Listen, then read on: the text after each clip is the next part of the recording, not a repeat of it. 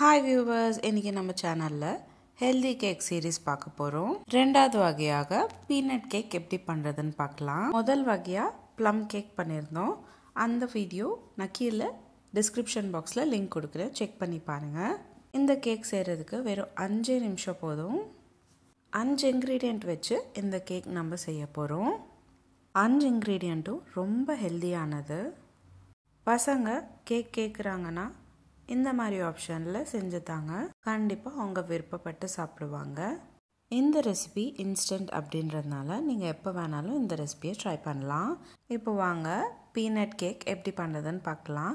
முதல்ல ஒரு மிக்ஸி ஜாரில் 3 கைப்பிடி அளவுக்கு வறுத்த வேர்க்கடலையை சேர்த்துக்கணும்.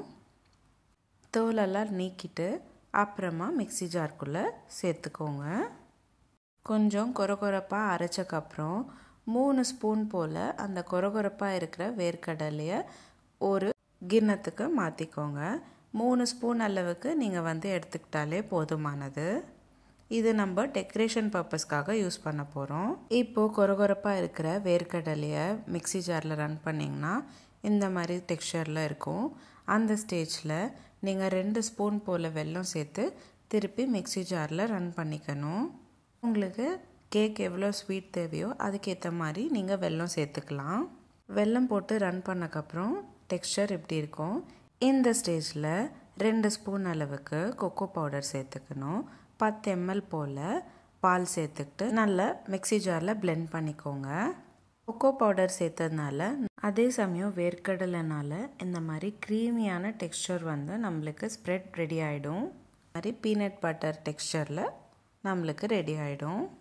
இப்போது நம்ம செஞ்சு வச்சுருக்கிற ஸ்ப்ரெட் நீங்கள் ப்ரெட் மேலேயும் தடவி கொடுக்கலாம் பசங்களுக்கு.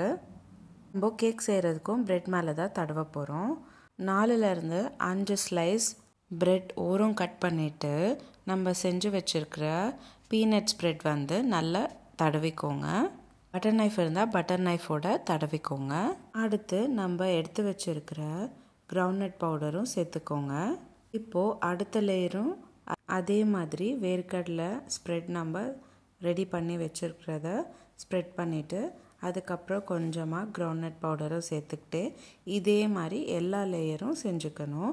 நீங்கள் 4 ப்ரெட் எடுத்திருந்தால் 4 அடுக்கில் இதே மாதிரி நீங்கள் ஸ்ப்ரெட்டை ஸ்ப்ரெட் பண்ணணும். நான் இன்றைக்கி 5 ப்ரெட் எடுத்திருக்கேன். டெக்கரேஷன் பர்பஸ்க்காக இப்போ நான் கிரவுண்ட்நட் பவுடர் அரைச்சி வச்சுருக்கேன் இல்லையா, அதாவது வேர்க்கடலை பவுடர், அதை மேலே கொஞ்சம் கொஞ்சமாக தூவிட்டே வரேன். உங்களுக்கு எந்த மாதிரி ஷேப் தேவைப்படுதோ அதுக்கேற்ற மாதிரி நீங்கள் டெக்கரேட் பண்ணிக்கலாம்.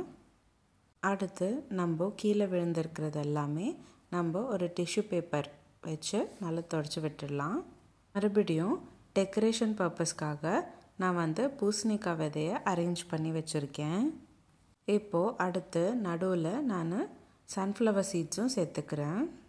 அதாவது சூரியகாந்தி விதை ரோஸ்ட் பண்ணிவிட்டு நான் சேர்த்துருக்கேன். பூசணிக்காய் விதை கூட ரோஸ்ட் பண்ணிவிட்டு தான் நீங்கள் சேர்த்துக்கணும். அப்போ தான் நம்ம கேக் சாப்பிட்றப்ப க்ரன்ச்சி அண்ட் டேஸ்டியாக இருக்கும். உங்கள் வீட்டில் இருக்கிறவங்களுக்கு எப்போல்லாம் கேக் சாப்பிடணுன்னு தோணுது அப்படின்னு சொல்கிறப்போ இந்த மாதிரி ரொம்ப சிம்பிளாக ஈஸியாக அதே சமயம் ஹெல்த்தியாக இருக்கக்கூடிய இந்த பீனட் கேக் ஒரு வாட்டி ட்ரை பண்ணிவிட்டு கொடுங்க, கண்டிப்பாக அவங்க லைக் பண்ணுவாங்க. நான் இப்போ வீடியோவில் கட் பண்ணியிருக்கிற கேக்கோட வீடியோ காமிக்கிறேன். பாருங்கள் எவ்வளோ லேயராக அழகாக சாக்கோ பீனட் ஸ்ப்ரெட் நல்லா ஸ்ப்ரெட் ஆகிருக்கு. நம்ம ஸ்ப்ரெட்டில் கொக்கோ பவுடர் சேர்த்ததுனால கேக் சாப்பிட்றப்போ சாக்லேட் ஃப்ளேவர் கேக் சாப்பிட்ற மாதிரி இருக்கும். கண்டிப்பாக இந்த ரெசிபி ஒரு வாட்டி நீங்கள் ட்ரை பண்ணிவிட்டு எப்படி இருந்ததுன்னு எனக்கு கமெண்ட் பாக்ஸில் கமெண்ட் பண்ணுங்கள். உங்களுக்கு இந்த வீடியோ பிடிச்சிருந்தால் லைக் பண்ணுங்கள், ஷேர் பண்ணுங்கள். இதே மாதிரி டெய்லி ஒரு ரெசிபி பார்க்குறதுக்கு என்னோடய சேனல் சப்ஸ்கிரைப் பண்ணிக்கோங்க.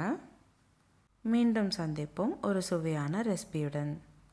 தேங்க்யூ.